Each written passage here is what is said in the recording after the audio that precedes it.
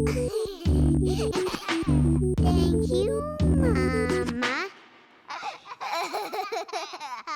Hai Mama, hai Papa, welcome to Happy Kids. Hari ini kita akan membahas tentang mimisan. Apa sih sebetulnya yang harus kita lakukan kalau anak kita itu tiba-tiba mimisan? Bagaimana kita bisa menangani supaya mimisan itu tidak berulang? Yuk kita bahas tuntas di video ini. Jadi yang perlu Mama dan Papa lakukan adalah tenang terlebih dahulu. Percaya atau tidak, kalau kita panik, anak kita akan jauh lebih panik. Melihat darah yang mengucur dari hidung itu pasti akan bikin deg-degan sekali. Jadi kalau kita tenang, kita bisa membantunya dengan senyuman. Kita bisa mengingatkan anak kita untuk bernafas dari mulut karena kita akan melakukan penekanan di daerah hidung supaya dia tidak panik karena memang secara spontan kita akan bernafas lewat hidung. Daerah hidungnya itu adalah pas banget di bawah tulang hidung ini, jadi di bagian yang lembut atau yang lembek. Kalau kita mau melakukan penekanan, paling bagus melakukan penekanan di atas 10 menit. Jadi jangan buru-buru melepas penekanan tersebut karena yang sering kali terjadi adalah darahnya belum membeku, kemudian nanti darahnya akan mengalir lagi. Kalau darahnya mengalir lagi berarti kita harus mengulangnya lagi dari awal dan kita harus melakukan penekanan selama 10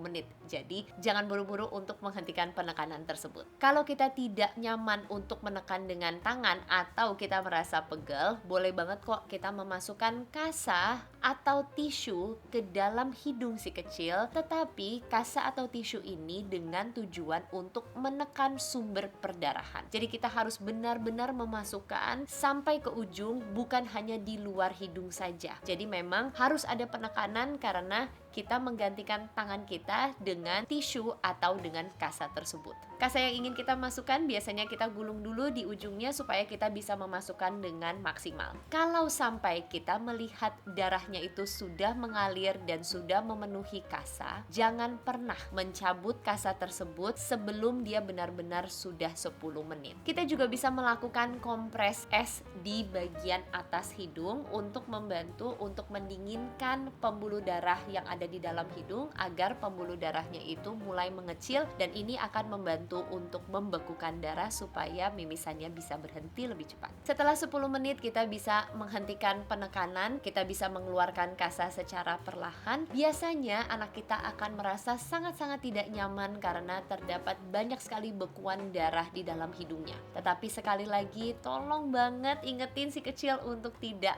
ngupil atau tidak mengorek hidung. Kalau memang dia benar-benar merasa tidak nyaman, kita boleh menyemprotkan NaCl atau cairan salin ke dalam lubang hidung, kemudian kita bersihkan perlahan dengan kasa. Kita yang membersihkan, bukan si kecil, agar kita pastikan perdarahan tersebut tidak berulang lagi. Yang tidak boleh dilakukan saat si kecil mimisan adalah meminta anak untuk mendongakkan kepalanya seperti ini.